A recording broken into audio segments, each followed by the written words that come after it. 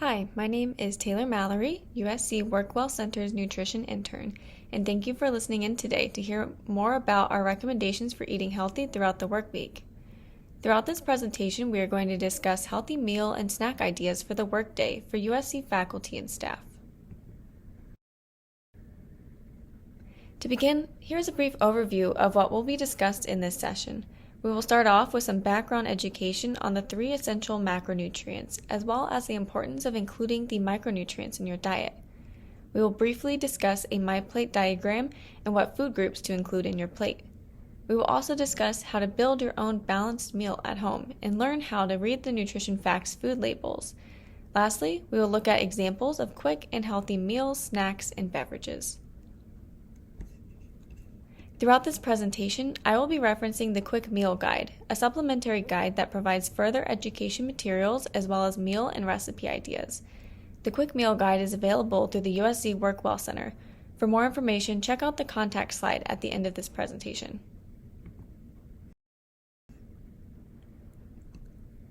First up, we're going to talk about macronutrients. Macronutrients provide energy in the form of calories. There are 3 main macronutrient groups: carbohydrates, proteins, and fats. First, we will discuss the carbohydrates. The role of carbohydrates are to be the main energy source for the body. There are 2 main categories of carbohydrates. We have the simple carbohydrates and the complex carbohydrates. Now, it's important to understand when you break down carbohydrates in the body, they'll be broken down into sugar molecules known as glucose. The simple carbohydrates, when they break down into the form of sugar that is quickly digested by the body. Simple carbohydrates can be found naturally in fruits and dairy products, but they can also be found in processed foods like table sugar, candy, and sodas. When we're looking at sources of simple carbohydrates, we want to aim to get those from the natural sources as opposed to the more processed sources of the simple carbs. Now, the complex carbohydrates are going to be long chains of sugar molecules. These are digested more slowly due to their high fiber content. It's also better for managing the blood sugar. Some sources of carbohydrates can be found in all foods except for meat, but in varying amounts. Some rich sources of carbohydrates include grains, fruits, vegetables, legumes, and dairy products. Next, we're going to talk a bit about protein. The role of protein is to be necessary for development, growth, maintenance, and repair of all of the body's cells and tissues. There are many sources of protein, such as legumes, like beans, soybeans, tofu, lentils, and peas. You can also get your sources of proteins from meats and seafood, egg whites, mushrooms, Greek yogurt. Greek yogurt is going to be higher in protein than other forms of yogurt. You can also get your protein from nuts and seeds as well. Lastly, I want to talk about fats. Fats have been villainized in our society, but I really want to drive home the idea that they are essential for a lot of bodily functions, including playing a role in energy production. They're also important for brain health and for hormone regulation. We don't want to cut out fats from the diet. We want to be conscious of which sources we are consuming and strive to obtain good sources of fats. We're going to discuss which sources are ideal and which ones should be consumed in moderation. In order to understand that, we need to define the difference between saturated and unsaturated fats. The saturated fats are going to be found mostly in animal foods and products, while there are some plant foods that contain saturated fats like coconut oil and palm oil, but these plant sources do not contain cholesterol. That's going to be the main difference between the animal and the plant sources of saturated fats. Now, saturated fats increase the blood cholesterol, which can result in plaque buildup in our arteries, which will ultimately narrow the passageway for blood flow. That then increases the risk of heart attack and stroke. This is the reason that we want to limit our intake of saturated fats in the diet. Now, the unsaturated fats, these are going to be found mostly in plant foods and fish, and it can be broken down further into the omega-3 fatty acids and the omega-6 fatty acids. Omega-3 fatty acids are going to be found in fish and flax seeds, while the omega-6 fatty acids are found in some oils like olive oil, peanut oil, canola oil, but it can also be found in some nuts, some seeds. The polyunsaturated fatty acids can be found in walnuts, fish, sunflower seed oil, but in general, the omega-6 fatty acids can also be found in processed foods. So the standard American diet is often deficient in those omega-3 fatty acids while over-consuming the omega-6 fatty acids. Both are essential, however, we want to be emphasizing including omega-3s in the diet for this reason. Now on the left-hand side of this screen, you will see a plate that includes the 3 macronutrient groups. This diagram is showing a visual of how to incorporate these macronutrients onto your plate. And not every meal and every plate will look exactly like this. However, it's a general depiction of what we are striving to include in our diet. About half of your plate should include colorful fruits and vegetables. About 1/4 of your plate should include starches like whole grains and complex carbs like brown rice and sweet potatoes. And then the last quarter of your plate should include sources of lean proteins like fish, mushroom, legumes, etc.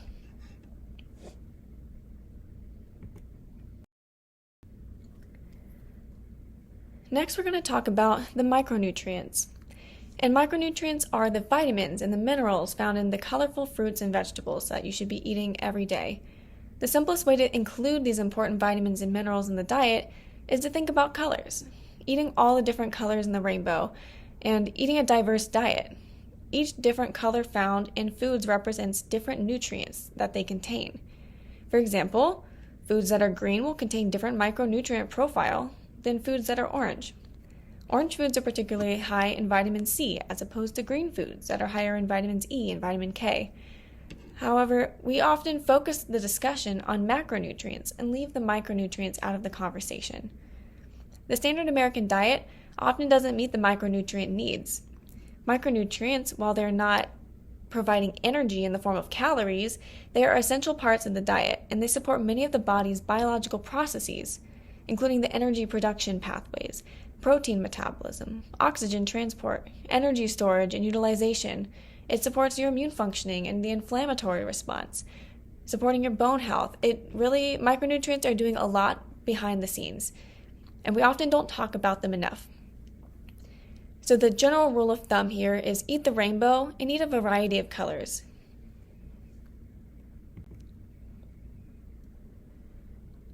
Next, we're going to discuss how do you build a balanced plate in under 15 minutes. How do you do this quickly when you're working and you're on the go?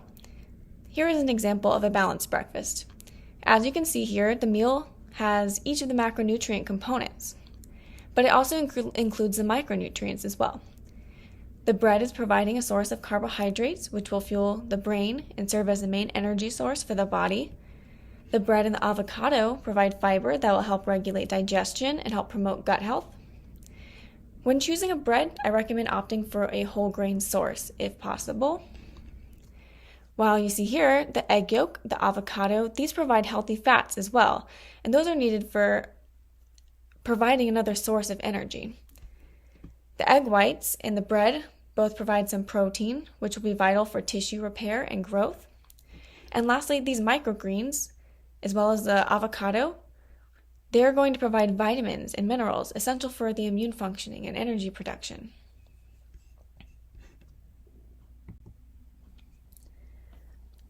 Next, I want to talk a bit about how do we read a nutrition facts label, and what are some tips for identifying key areas to look out for on the label.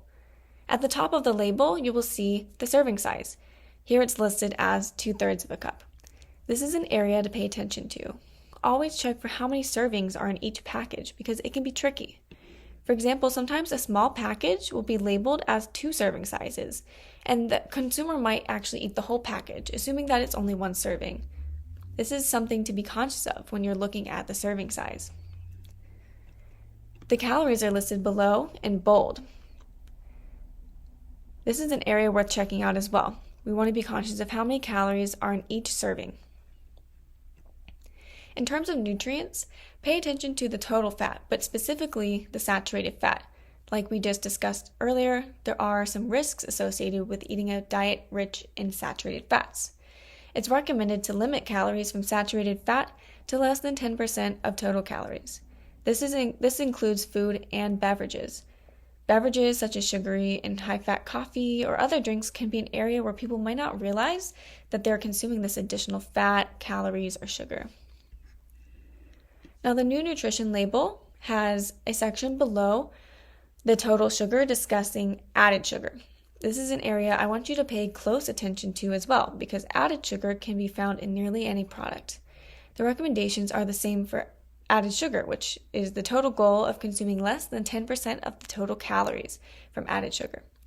Again, this includes food and drinks are an area to be conscious of for added sugar.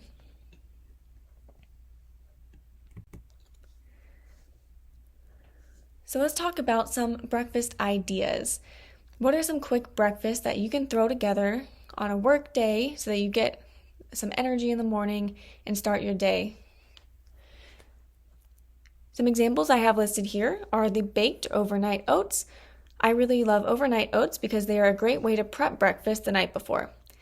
You can add in your favorite fruit, seeds like flax seeds, chia seeds, your milk of choice. That can be dairy milk, that could be dairy-free milk like soy, almond. Or you can add toppings like coconut flakes, chocolate chips. You can really make it and cater it to your liking. And then in the morning, it's already ready and made for you. You can also make a smoothie. This is a quick and easy breakfast just by throwing in the ingredients and blending them pretty quickly. You can customize a breakfast smoothie to your liking as well. It can be a berry smoothie, a green smoothie, chocolate peanut butter smoothie, whatever flavors you enjoy. Add in chia seeds, hemp seeds, flax seeds, nut butters, protein powders, vegetables.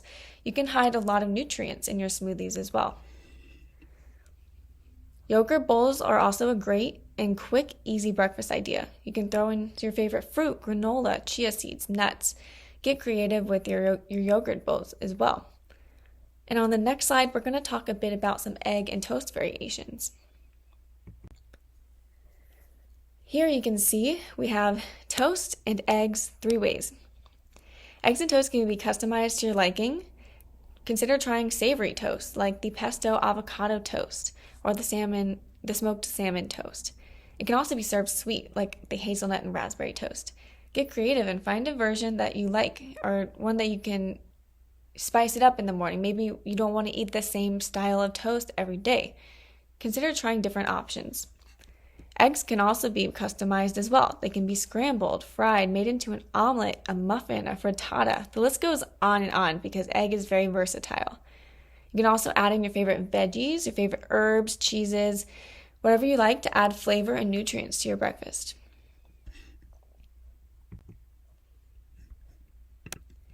Now here are a few examples of lunch ideas. These foods can be meal prepped ahead of time or partially prepped for easy assembly. The supplementary quick meal guide includes recipes for each of these items, and they are each 20 minutes or less, if you have time to make them fresh.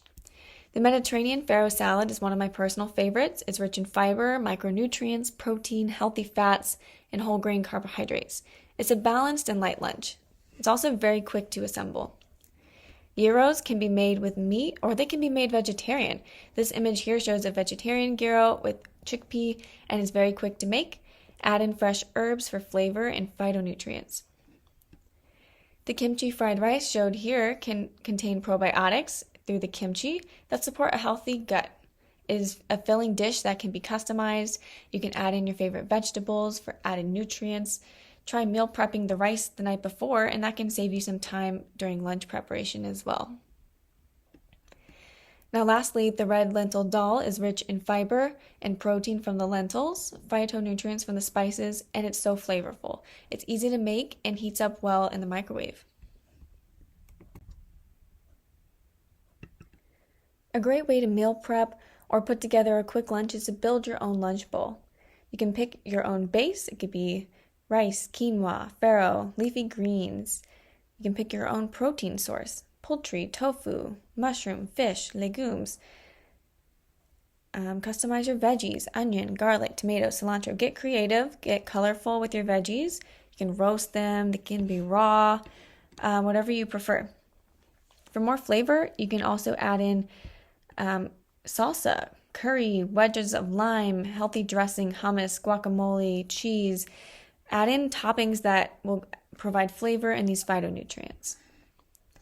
Another idea for meal prepping lunch, you can make pasta salad. It keeps well in the fridge. It can be refrigerated for several days. And you can get creative with your pasta salad. There are many different variations with different flavor profiles. Here you can see a Mediterranean-style pasta salad with pesto, olives, mozzarella, and an Italian-style pasta salad with tomato, cucumber, and feta, as well as a Mexican-style pasta salad with cilantro, black beans, corn, cotija cheese. You can get creative with your pasta salad as well. Now here are some quick dinner ideas for a work night. Tacos with rice and beans and veggies. On the next slide, we'll talk about some of the different variations you can make of these tacos. Seasonal soups, they're a great way to get an easy dinner after work. It's an opportunity to load up on the veggies, and there are several soup ideas and recipes available in the quick meal guide that you can reference if you're interested. Fish and seafood can go well served on brown rice with your favorite vegetables or even on a pasta. On the next slide, we're going to talk more about the different ways you can prepare fish and seafood. And chili, this can be made vegetarian using beans, or it can be made using meat of your choice. Hide vegetables like bell pepper, tomato, onion, green onion in the chili for added nutrients. You can also consider using a slow cooker to make chili while you are at work. Prep and put in the crock pot the morning before, and come home to dinner already made for you. Now, like I mentioned earlier, we're going to talk a bit about different ways you can cook fish and tacos. There are so many ways to prepare fish and seafood. Here are just 3 examples. Baking is one of my favorite methods. You can add fresh herbs, lemon, olive oil, seasonings. Typically, fish can be cooked via baking relatively quickly, typically 20 minutes or less. You can serve with brown rice, your favorite vegetables. I love to serve my salmon with roasted Brussels sprouts. Seafood like shrimp can pair nicely with a pasta. Get creative with the flavors, add in vegetables and fresh herbs. You can also choose so many different sauces for a dish like this. Glazed fish is so flavorful. This is an example here using gochujang, miso paste, and honey glaze. And then tacos. These can be made in many different variations as well. Consider adding a side or topping of vegetables, herbs. And tacos can be made with meat, seafood, can be made vegetarian, using proteins like beans, mushrooms, tofu, lentils, seitan. You can also get creative with these as well. Make sure that you're including vegetables to get those micronutrients in your diet. Here are some examples of quick and healthy snack ideas. The caprese salad is only 4 ingredients and can be made in a couple of minutes. The peanut butter and chocolate banana bites are nutrient dense and tasty. Consider using dark chocolate if you have that available to you. These recipes are going to be included in the quick meal guide as well. Additionally, you can make these cucumber bites or have some hummus and your favorite veggies or pita bread as some snack ideas. On the next slide, we're going to talk a bit about snacks to incorporate into your diet and some snacks to be more conscious of. Consider including snacks like nuts and seeds, fruit, granola bars. But with granola bars, maybe opting for one that's higher in fiber and lower in sugar. Consider incorporating yogurt into your diet as well, opting for lower sugar or maybe Greek yogurt for added protein. You can have veggies and hummus as a dip, or you can have popcorn. You can make your own popcorn at home so that you can reduce and control the amount of butter and salt. However, we want to be conscious of the type of snacks we're eating in our diet as well, like sugary candies. We want to limit those, donuts and other sugary pastries, sugary ice creams and popsicles, fries and other fried snacks, processed snacks. Really check the ingredient label and look for fewer ingredients, lower in saturated fat, sodium, and sugar. And use those tips that we discussed earlier in this presentation for picking out snacks that are going to be lower in these fats and sodium and sugar.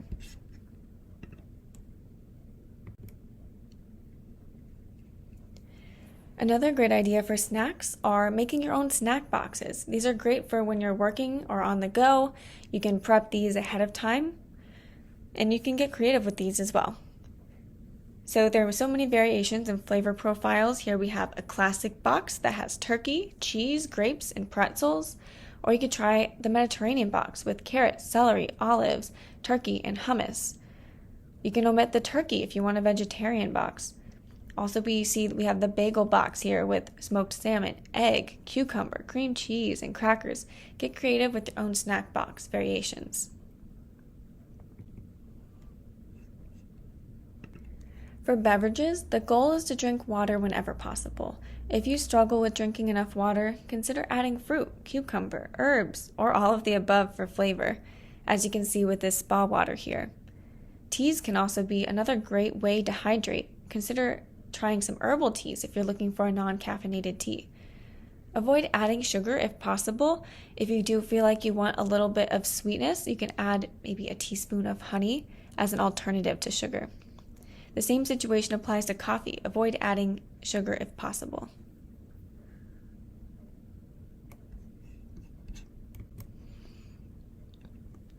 Now here are some beverage options to include in your diet, such as spa water, sparkling water.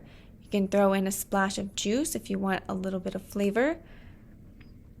We have sugar-free coffee, unsweetened tea. Consider using monk fruit or honey for sweetener. Kombucha is another option as well. Look for lower sugar options with that. Kombucha is going to be loaded with probiotics for your gut health. Whenever possible, we want to be conscious of the amount of sugar we are consuming in our beverages. Look out for added sugar and high fructose corn syrup on the nutrition label. Sodas tend to be high in sugar as well. If you drink soda, consider one of these options on the left-hand side of the screen, or trying to incorporate a diet or sugar-free soda instead. We also want to be conscious of how much sugar is in the coffee drinks, such as the ones you might get from Starbucks, Dunkin', or other coffee shops. Additionally, fruit juice tends to be high in sugar and removes all the fiber from the fruit that helps balance the blood sugar. If capable, consider eating the fruit rather than drinking it as a juice. You can also dilute the juice with water as an option. Lastly, sports drinks are loaded with added sugar. When exercising for an extended period of time, this is a great option to replenish those glucose and sugar that is needed during exercise. But there are also sugar-free options if you're not using this during exercise.